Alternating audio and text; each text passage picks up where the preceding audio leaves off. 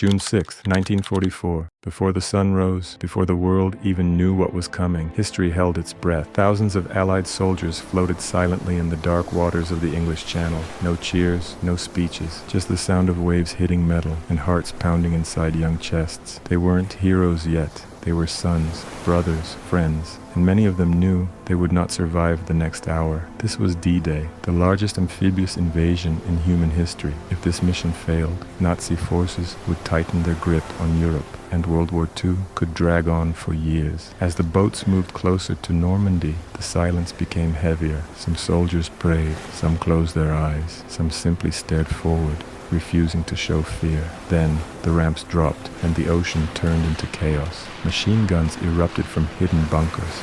Bullets ripped through the first wave before they even touched the sand. Explosions shattered the air. Smoke swallowed the sky. Omaha Beach became a storm of steel and fire. For a terrifying moment, commanders believed the invasion was failing. If the beach fell, the entire operation would collapse, and Hitler's Atlantic Wall would stand unbroken. But in the middle of chaos, something unexpected happened. Small groups of soldiers, without orders, without direction, began climbing the cliffs. Through gunfire, through explosions, through fear. Not for glory, not for medals, but for the man beside them. By midday, against impossible odds, Allied forces began pushing forward. The sand was stained with sacrifice, but it was no longer lost. By nightfall, over 150,000 troops had landed in Normandy. Thousands would never return home. D-Day did not end the war, but it changed its direction forever, because sometimes history is not shaped by generals or presidents. It is shaped by ordinary young men who take one step forward when every instinct tells them to run. And on that morning in 1944, they stepped forward.